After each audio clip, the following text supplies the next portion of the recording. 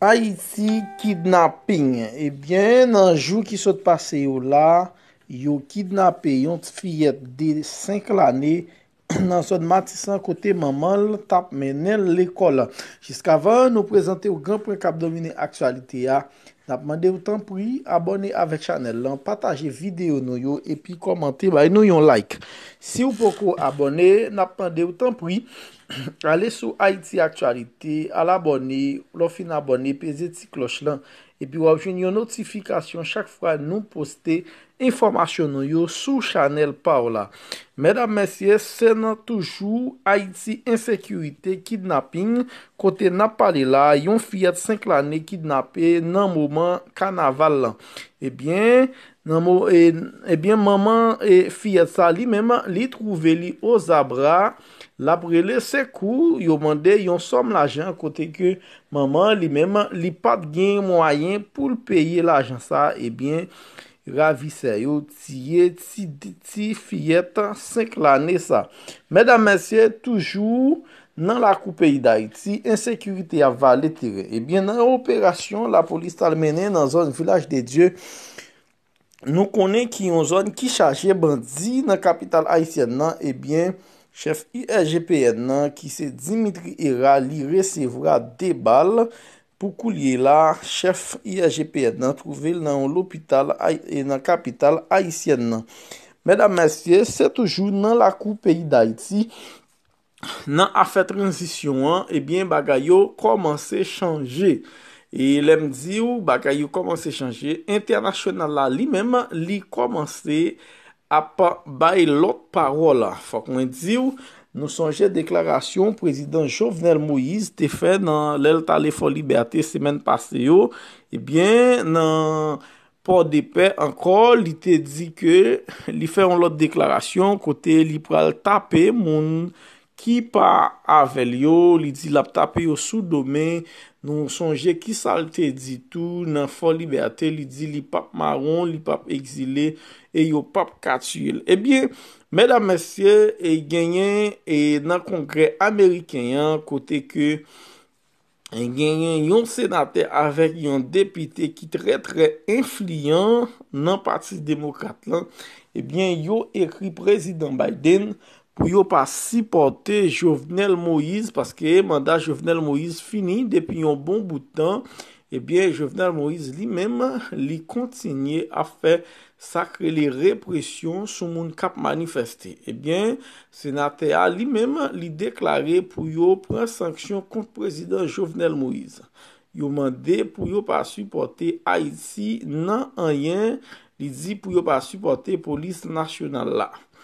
Fok mwen di ou, bagay yo vreman difisil pou prezident Jovenel Moïse, paske depi internasyonal la pale, fok mwen di ou, prezident l'esprit le pape en paix.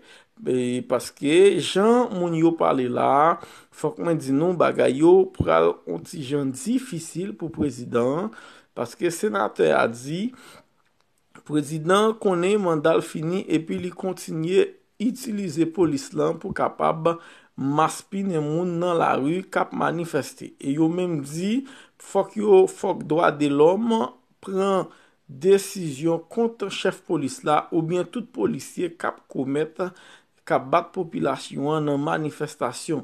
Yo rele sa antidemokrate paske jan de bagay sa yo nan yon peyi demokratik sa pa dwe fet pou yon pep ap manifeste pasifikman epi pou la polis ap maspine yo avek baton. Fok mwen di ou, e depite a li menm li di li gen de video kote polis la ap bat moun, yo pa respekte droit moun, yo viole konstitisyon haïtienne nan, ebyen, yo menm yo mande pou organizasyon droits humains pren desisyon kont chef polis lan, paske tout zak ka fet nan peyi an, tout zak la polis a fe an de dan peyi an, ebyen chef polis la li menm li okouan. Yo ale pi loin, yo di ke yo kenbe yon juj de kassasyon, yo fel fe 5 jou prison. Ebyen, yo di sa se yon bagay anti-démocratie. Yo pa dwe fè yon juge fè 5 jou prison aloske juge la se pi gros juge ki genyen nan peyi ya kote ke pouvra Jovenel Moïse la ta va akuse li kom kwa li ta va nan yon tentative de coup d'État. Ebyen, yo arrêté juge lan, yo fè 5 jou prison et yo même bat juge lan. Ebyen, sénateur ak député sa yo écrit président Joe Biden, yo dit pour Joe Biden pas supporter Jovenel Moïse nan rien et puis mettre sanction sur lui pour capable quitter pouvoir plus vite que possible. Faut que moi dire bagay yo yon ti jan et pour al difficile pour président Jovenel Moïse si toutefois li pas démissionné, si toutefois la police dans lui-même continuer à faire répression sous peuple haïtien, sous quelques citoyens qui anti-pouvoir en place là.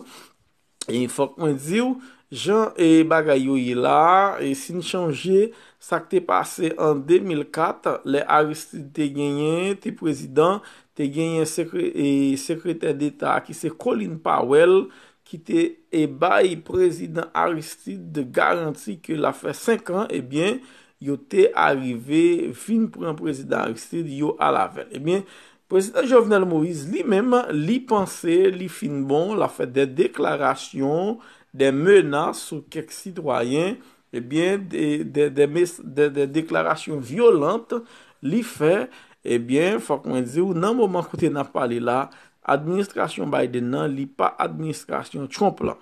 En tout cas, et n'a suivre pour n'importe ça qui passe, nous là pour informer sur tout ça qui passe dans la coupe pays d'Haïti, comment les États-Unis pourraient réagir et dans le jour qui vient là.